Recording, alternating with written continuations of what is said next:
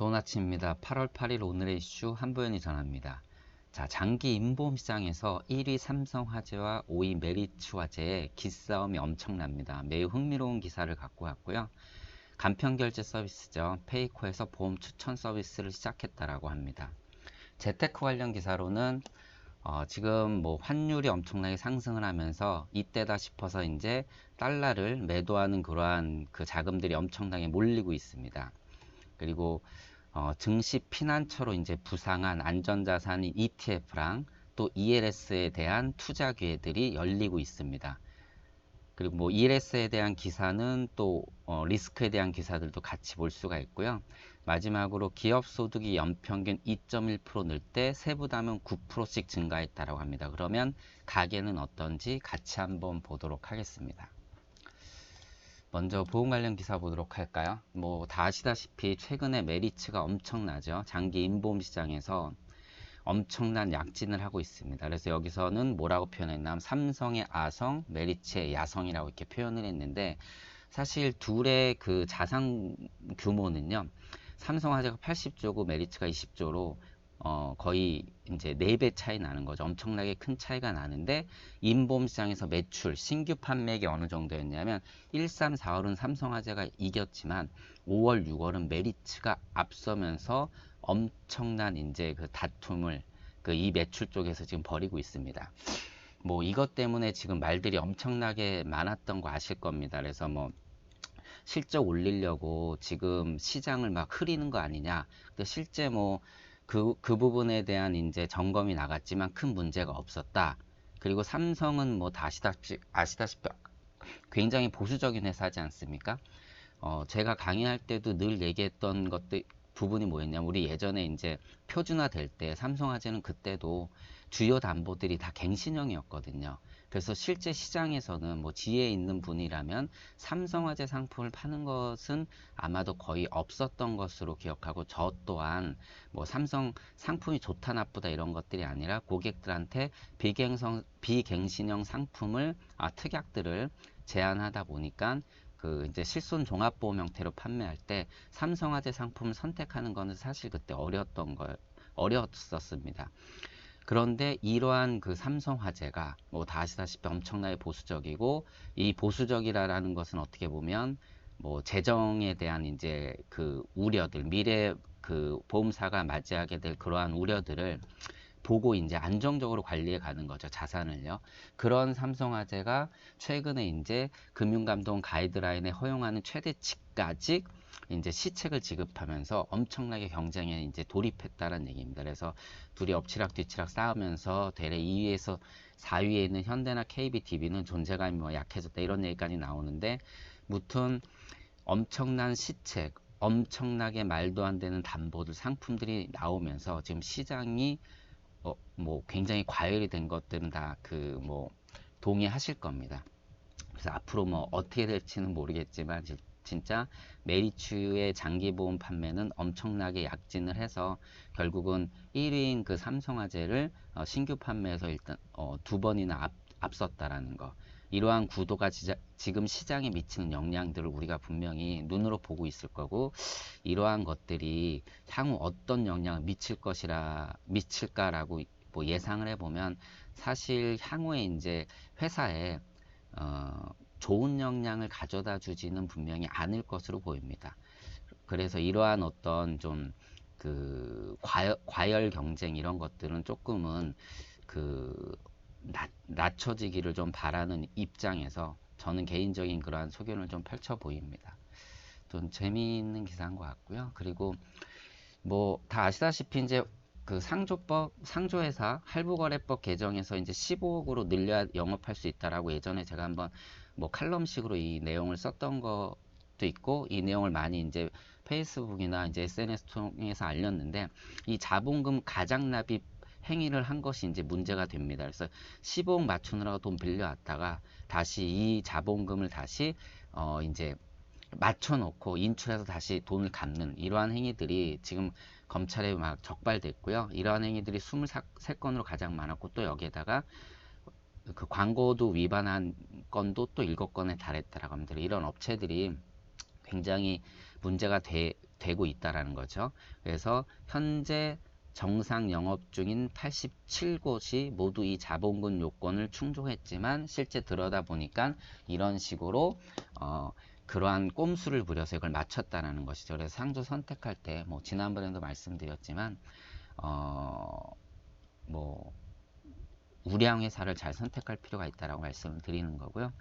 페이코라고 아시죠? NH페이코 간편결제 앱에서 이제 보험 서비스를 추천하는 그러한 서비스를 진행한다라고 합니다. 그래서 우선 하나생명, 하나손보, 뭐 요즘 이제 하나가 계속 이 인슈어테크 쪽으로 강력하게 들어오고 있죠. 그다음에 교보라이프, 뭐 가장 먼저 우리나라에서는 이 모바일 인터넷 보험을 한 곳이고요. DB손해보험, 메리츠와제 이렇게 이 회사들에서 11개 상품을 판매하고 있고요. 대부분 이런 서비스들은 아시다시피 젊은 분들이 많이 활용을 하죠. 20대, 40대 그분들한테 맞춘 그런 상품들. 그러니까 뭐 예를 들어서 연금저축보험이라든가 펫보험이라든가 이런 간편한 상품들. 사실 뭐 공시율로 굴러가는 이러한 상품들은 상품 자체로만 보면 컨설팅을 제외한다라면 굳이 비싼 수수료를 내고 이제는 뭐 오프라인에서 가입할 필요가 없죠, 사실요. 근데 컨설팅이 거기 들어갈 때 이 컨설팅 능력이 부여가 될 때는 달라지겠지만 일단 상품으로 보자면 당연히 사업비가 작고 결국은 그 향후에 이제 고객이 만기 때 많은 돈을 받을 수 있는 그런 상품들은 선택한다라면 분명히 온라인이나 모바일 상품들이 우위를 점하는 것은 사실입니다. 그래서 뭐 이러한 상품들 위주로 판매를 하고 있고 다양한 이벤트를 진행하고 있다라는 얘기입니다. 뭐 시장이 점점 움직이고 있고요. 뭐 다 아시다시피 토스나 뱅크샐러도 이미 GA 설립을 했고요. 그리고 카카오페이도 이제 설립 예정이죠. 이렇게 되면 시장 판도가 많이 바뀔 것으로 보입니다. 그리고 예, 재테크 관련 기사 보도록 하겠습니다. 한증시 수익률 최악이다. 뭐 사실 우리나라 증시가 지금 뭐 폭격을 맞았는데 실제 말레이시아, 한국 빼고는 지금 미국부터 해서 일본까지도 실제 올 초부터는 마이너스가 아니더라는 거죠. 그래서 한국 증시가 엄청나게 최악이다라는 블룸버그의 어떤 이제 성적 기록표가 이렇게 그냥 제시가 돼서 잠깐 그 안내를 도와드린 거고요. 그 다음에 ELS 뭐 다 아실 겁니다. ELS 뭐 녹인 뭐라고 해서 이제 보통 3년 투자라는데 6개월 단위로 이제 조기 상환을 그 제공하는 그러한 상품이죠. 그래서 뭐 일단 기준이 이 정도까지 떨어지지 않으면 우리가 이만큼 주겠다 3년 후에, 그리고 6개월마다 평가해서 어느 정도 구간에 들어오면 조기 상환하겠다라고 하는데, 이 상품을 가입할 때 문제가 뭐냐면은 일단 ELS에 대해서는 늘 말씀드렸듯이 이것도 리스크가 꽤 있는 상품인데도 불구하고 여기 올라가지 않고 뭐 여기 떨어지지 않으면 수익을 받을 수 있습니다라고 해서 어떤 확정 수익을 주는 상품처럼 판매되는 상품이고, 이렇기 때문에 굉장히 뭐 전 세계에서 우리나라에서 가장 많이 투자하는 상품이다라고 말씀을 드렸었는데, 문제는 이걸 투자할 때 그 조기 상환 그 일정을 맞춰서 투자하시는 분들이 많이 있다는 얘기예요. 그래서 이게 당연히 될 거라고 생각을 하고, 뭐 올 초부터 뭐 10%, 8% 이상 빠지지 않으면 조기 상환 받을 수 있어 라고 했는데, 이게 갑자기 빠지면서 여기 엄청난 돈이 묶였다는 얘기입니다. 보통 이거는 시작이 좀 잘못된 거죠. 물론 이렇게까지 빠지겠어 라고 했겠지만 그 구간에 들어서다 보니까 자금이 엄청나게 묶이면서 굉장히 곤혹을 치르고 있다라는 그러한 내용으로, ELS 투자할 때는 분명히 이러한 부분들을 꼭 봐야 될 것 같고요. 뭐 과거에 예전에 이제 뭐 보통 홍콩이랑 그 다음에 현대 자동차 묶었던 ELS, 중국이 그냥 기침 한번 하는 것 때문에 엄청나게 그 위태로웠던 그런 경험도 분명히 있었거든요. 중국의 어떤 이제 자동차를 소비하는 형태가 바뀌었었죠. 뭐 그런 식으로 큰 그 충격을 받을 수도 있기 때문에 ELS를 투자할 때도 조금 더 보수적으로 투자할 필요가 있다라고 말씀을 드리는 거고요. 유가가 최근에 이제 글로벌 경기가 좋지 않으면서 결국은 뭐 이제 유가에 대한 어떤 이제 유가는 결국은 경기가 활성화될 때 많이 쓰니까 가격이 올라가는데 글로벌 경기가 둔화로 이어질 것 같다라는, 그러니까 지금 시장이 안 좋기 때문에 그것 때문에 이제 유가가 많이 떨어지면서 유가에 투자했던 상품들이 엄청나게 빠지고 있다는 얘기, 그러한 기사 내용입니다. 그래서 뭐 유가는 늘 그렇듯이 박스권에서 투자하는 것이 맞는데, 사실 지금 같은 상황에서는 어떻게 보면 탑으로 봤던 그러한 포인트가 점이 좀 더 빨리 꺾이면서 투자자들이 큰 손실을 보고 있다는 얘기입니다. 그리고 한국경제연구원에서 분석을 했는데 2010년부터 해서 쭉 이 평가를 내봤더니 기업은 소득이 2.1% 늘 때 조세 부담은 9%가 늘었고요. 개인이 아니라 가계는 연평균 4.6% 소득이 증가할 때 경상세는 8.9%, 거의 2배 가까이 늘었다라고 합니다. 뭐 가처분 소득이라고 하죠. 우리가 급여를 받아서 세금을 떼고 실제 사용할 수 있는 소득들이 이렇게 줄어들고 있는 거죠. 이거지 뭐 우리가 늘 얘기하는 고령화 저성장, 예, 그리고 또 여기에 또 저금리까지 포함이 되면서 자산 늘리기는 어렵고, 우리가 그 피부로 와닿는 이제 물가에 대한 부담은 커지는데 실제 소득이 늘지 않다 보니까 삶이 팍팍해지고 있다라는 거죠. 그리고 이를 통해서 이제 소비가 늘지 않으면 당연히 경기는 이 GDP는 성장할 수 없는 어떠한 그런 이제 저성장 국면에 갇혔다라는 얘기에 대한 그 통계 자료고요. 대한민국도 충분히 이러한 부분들을 감안해서 늘 얘기하는 뭐 벤처나 4차 산업혁명 이런 쪽으로 좀 하면서 구조적으로 좀 바꿔나갈 필요가 있다라 얘기를 하고 있습니다. 그리고 최근에 이제 달러가 엄청나게 올라왔죠. 뭐 아시다시피 1110원이었나요? 1110원. 예. 까지 그 떨어졌던 달러가 지금 1200원을 돌파하면서 엄청나게 달러 자산에 대한 이제 투자가 이제 좋은 성과를 보이면서 달러와 예금들이 5일 새 엄청나게 빠져나왔습니다. 1.5조가 엄청나게 빠져나가면서 수익 실현을 하고 있다는 얘기입니다. 그리고 뭐 다 아시다시피 정부가 개입할 수 있죠. 어느 정도 정당하게 개입할 수 있는 시기고요. 뭐 아시다시피 이번에 엄청난 그 말도 안 되는 이러한 뭐 결과들은 엎친 데 덮친 격으로 그 이제 중국이 위안화 문제들, 환율 문제가 이제 굉장히 큰 기점이 됐다라고 말씀을 드렸거든요. 무튼 6월 말 달러가 1110원 50전에서 지금 1200을 넘으면서 엄청나게 올라오면서 달러에 대한 이제 그 수익 실현을 보는 자금들이 엄청나게 빠져나갔고요. 그래서 이것들이 몰렸다라는 얘기들입니다. 그래서 달러 선호 현상이 지금 조금 주춤해졌다는 평가를 받고 있고요. 그리고 이제 너무 올랐으니까 단기간에 차익 실현 내는 거고, 또 시중 금리가 떨어지다 보니까 예금 자체 이점도 크게 줄어들었다라고 여기서 이제 이렇게 표현을 하고 있는데, 무튼 이 달러에 대한 이제 그 투자 방향을 좀 보실 때 지금 이러한 시점을 좀, 이러한 기사들을 좀 볼 필요가 있고요. 그리고 이 돈들이 빠져나가면 어디로 갈까라는 것도 이제 하나의 주요 포인트로 좀 보고 있습니다. 아무튼 환율은 뭐 주가보다 예측하기 더 어려운 부분이라고 했고 더 위험한 자산이라고도 말씀을 드렸는데, 장기적으로 달러를 매수하는 것은 뭐 저도 개인적으로 추천을 하는데, 이런 식으로 단기적인 자금들을 굴릴 때는 이러한 시장 상황도 한번 눈여겨볼 필요가 있어서 기사를 좀 갖고 왔고요. 그리고 지금 이제 아까 ELS에 대한 문제들을 얘기했는데, 반대로 지금 이제 증시가 엄청나게 조정을 받았죠. 낙인 구간에 들어가게 되면 손실을 볼 수 있는 그런 ELS가 지금 되게 투자 기회다. 그래서 뭐 예를 들어서 가장 많이 쓰는 게 홍콩 지수인데 장준 9,832.7포인트까지 하락했다라고 합니다. 그러니까 지금 4월에 11,881까지 올라갔다 15% 넘게 빠졌다라는 거거든요.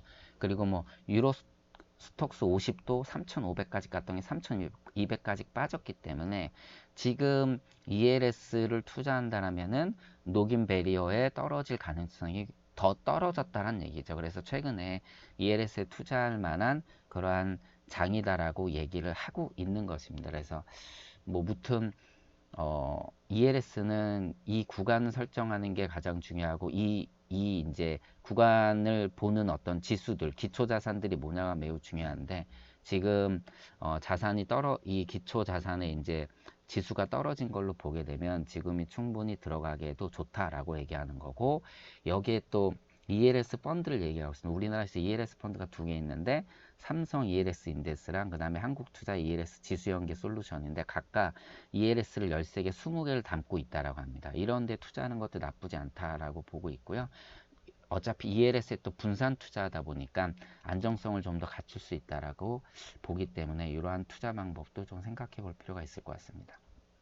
뭐 경기 침체되니까 부실 채권 시장이 큰 장 선다 그래서 엠페리라고 해서 뭐 아시죠? 부실 채권 사다가 싸게 사서 나중에 이게 상한받고 막 어떻게 돈 받아내 가지고 그 이제 수익을 내는 그런 기업들에 대한 이야기인데, 무튼 요거는 시장이 그만큼 좋지 않다라는 걸 조금 이렇게 그 반영해 주는 그런 기사 내용인 것 같아서 갖고 왔고요. 뭐 공매도에 대한 이제 그 카드를 꺼내는 게 지금 맞냐 안 맞냐라는 얘기인데, 뭐 다 아시다시피 공매도라는 게 이제 주가 하락할 걸 예상하고 여기에 이제 주식을 미리 이제 빌려서 팔아 버리고 나중에 되갚아서 그 차익을 보는 거잖아요.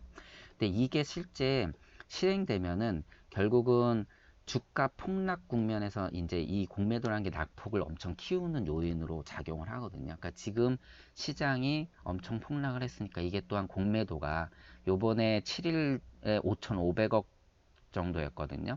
유가증권시장에서는 4,335억, 코스닥시장에서는 1,211억이 공매도가 됐다라고 하는데, 이게 이제 낙폭을 키우는 그러한 요인을 작용하니까 이번에 카드를 꺼낼 것이냐라고 얘기하는데, 사실 이게 꺼낸 적이 금융위기 때, 그리고 2011년 유럽 재정위기 때인데, 이때 어느 정도 빠졌었냐면 17% 정도 빠졌을 때였거든요. 그러니까 지금은 그 정도 수준 아니다라고 얘기를 하는데, 물론 이게 폭락으로만 판단할 수는 없는 건데, 그래서 이 공매도 규제가 실효성이 있겠느냐, 굳이 지금 꺼내면 대래 부작용이 있느냐, 뭐 그런 기사입니다. 그리고 금리 인하에 대한 추가 인하설도 지금 얘기를 하고 있습니다. 그래서 사실 뭐 저는 이제 이러한 쪽은 제가 전문가가 아니라서 함부로 말씀을 드리기는 좀 그렇지만, 이런 공매도 이제 규제에 대한 얘기들도 나오고 있다라고 이제 기사를 한번 보실 필요가 있고요.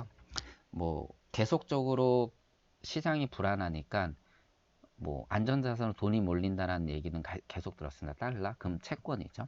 계속 이쪽으로 돈이 몰리는데, 이거와 연계된 ETF에 대한 관심도 당연히 커지고 있다는 그러한 내용입니다. 그래서 최근에 이제 달러 ETF, 그 다음에 금 ETF, 그 다음에 채권 ETF들의 성적이 굉장히 좋다라는 거고요. 당연히 이러한 리스크가 큰 시장에서는 좀 중수익 중위험의 자산들에 투자를 하는데, 이걸 직접 투자할 수도 있고 펀드에 투자할 수도 있고 이거를 주식처럼 거래할 수 있는 ETF에 투자할 수 있는데, ETF 쪽도 지금 굉장히 좋은 그 성과를 내고 있다는 얘기고, 그 3종 세트가 굉장히 인기가 당분간 지속될 거다라고 보고 있습니다. 뭐 그럴 수밖에 없는 거고요. 그리고 펀드에서도 보니까 일단 인컴 펀드에서 대해서는 지난번에도 말씀을 드렸습니다. 무튼 인컴 펀드는 말 그대로 수익이 꼬박꼬박 주는 상품이죠. 그래서 뭐 주식이나 채권 이런 거보다, 채권형 펀드보다 훨씬 높은 수익을 내고 있고, 여기에서는 일단은 그냥 채권보다는 인컴 펀드에 있는 채권, 그 다음에 배당, 그 다음에 리츠, 이 세 가지를 보는 거죠. 꼬박꼬박 이자를 주고 배당을 주고, 그 다음에 뭐 예를 들어 리츠 같은 경우는 임대 수익 같은 거를 주는 이러한 방식으로 꼬박꼬박 그 어떻게 보면 이제 그 뭐 투자한 어떤 그거에 대가를 주는 거죠. 근데 실제 이제 금리가 인하되면서 채권에 대한 거는 추가 수익들도 많이 나고 있고, 배당 같은 경우도 최근 이제 그 일반 주식보다는 배당주 주식에 대한 선호 형성이 커지다 보니까 나타나고 있고, 뭐 리츠는 뭐 당연한 거고요. 그래서 이러한 상품들이 좀 수익이 꾸준히 좋다라는 얘기고, 뿐만 아니라 얘네들이 이제 어떻게 보면 복리 수익을 얻을 수 있어요. 장기적으로 투자하면 꼬박꼬박 매년 수익을 가져다 주다 보니까 이런 것들이 좋은 투자 대안으로 나타나고 있다라는 그러한 기사 내용입니다. 네, 오늘은 여기까지 기사 내용 보고 있고요. 시장이 불안하다 보니까 정책들에 대한 시각을 좀 볼 필요가 있고, 두 번째 이제 그 앞서 이제 블룸버그 발표 자료를 보게 되면 해외 자산으로 좀 눈을 돌릴 필요가 있고, 국내 쪽으로는 좀 안전자산으로 투자하는데, 안전자산도 직접 투자하기보다는 ETF나 펀드 쪽을 통해서 투자하는 방향을 좀 눈여겨 보시고 고객들의 자산 관리를 좀 할 필요가 있을 것 같습니다. 오늘은 여기까지 하는 걸로 하고요. 오늘도 어제보다 좋은 하루 되시기 바랍니다. 고맙습니다.